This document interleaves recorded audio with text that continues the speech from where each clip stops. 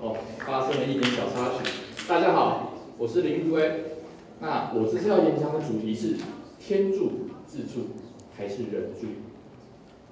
天助自助者这句话大家都耳熟能详，它的大意是指你必须先靠自己的双手去付出努力，那样上天也才会给予你眷顾。我想这句话用在靠着自身劳力、辛勤耕作，并以此温饱自己与他人的农人们身上，是再适合不过的。然而现在有第三种助正在发生。在过去快速工业化的时代里，人们迅速地向大都市集中，然而过度集中的后果，就是导致都市中几乎与自然还有生态无缘。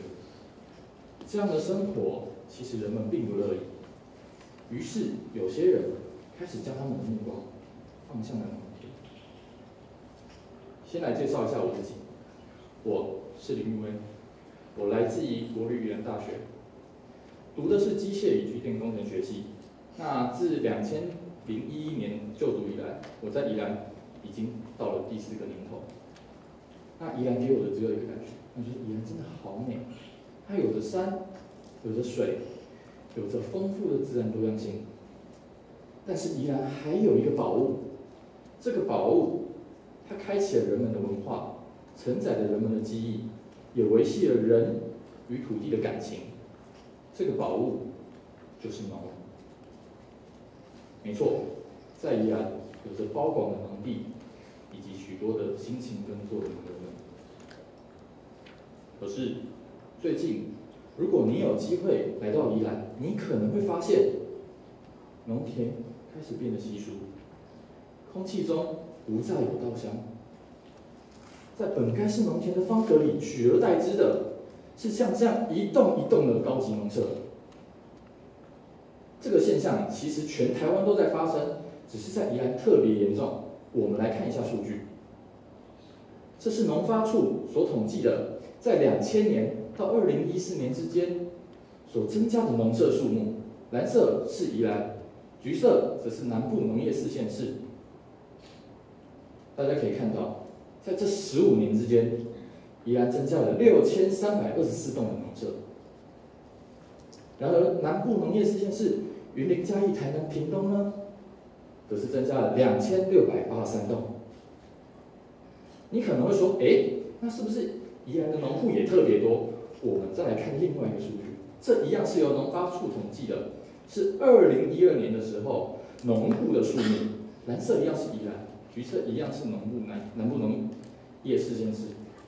你可以看到，在这里宜兰有着26108户的农户，然而南部农业4县市则是286709户，宜兰还不到人家的1/10。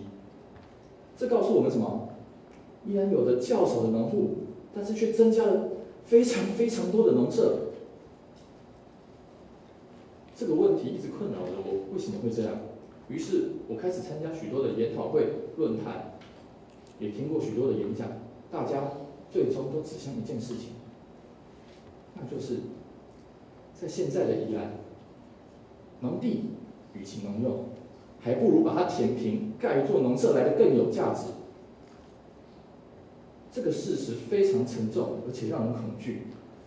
想想看，以后来到宜兰，看到的不是包广的农田，而是一栋接着一栋的豪华农舍。这样的未来，我不希望看到。也有很多人跟我一样，而且他们不只是想，他们伸出他们的双手，准备用自己的力量来翻转这个现况。我想要跟大家介绍一个人，这位是赖清松先生，很多人可能都已经知道了他的名号。没错，他被称为宜兰县归农第一人。赖清松先生毕业于成功大学，而且有着日本硕士的高学历，但是他却放弃了高薪的工作，毅然决然来到宜兰，成为了一个农夫。而且不止如此，他还创立了股东俱乐部。什么是股东俱乐部？当我这样问向赖清松先生的时候，他拿出了这个东西给我。他说：“这是一张股票，靠着这张股票，我不但可以减少农人们的负担，我还可以把农地的美与好传达出去。你可能说，哇，这张像明信片一样的纸有这么神奇的功能哦，我们来看看。没错，每年播种的时候，赖清松先生就会发送这样的股票。只要你愿意成为他的股东，你在他收获的时候就能够获得他那一年耕种的农作物。那这样的机制有什么好处？农人们最大的问题，其实就在这之中。一年他该生产多少的量，而生产这些又该卖给谁？靠着这张股票，他不但能预先知道，更可以严格的控制自己的成本。而且不止如此，就像图片中所显示的，只要你拥有这张股票，一通电话打给宜兰的赖清松先生，隔天或是这个周末，你就可以带着自己的家人一起来到宜兰，陪着赖清松先生夏天。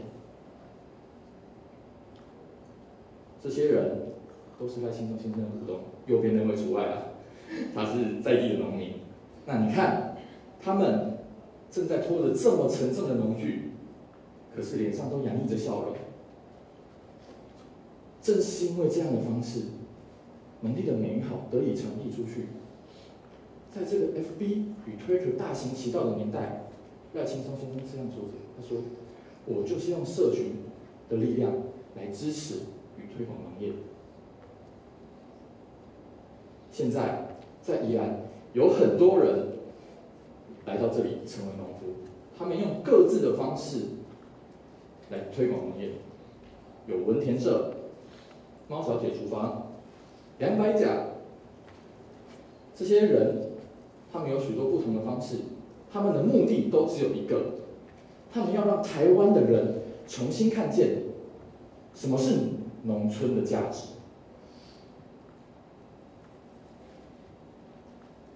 只要你来到这里，看着大家一起下田，用你的双手去感受土地，你会发现，这是多少栋农舍都比不上的。这没有办法用金钱来衡量，更遑论背后对于生态以及环境的意义。事实上，我来到这里，我觉得非常高兴，因为我或许可以往自己脸上贴金，说我终于成为了一个实作者。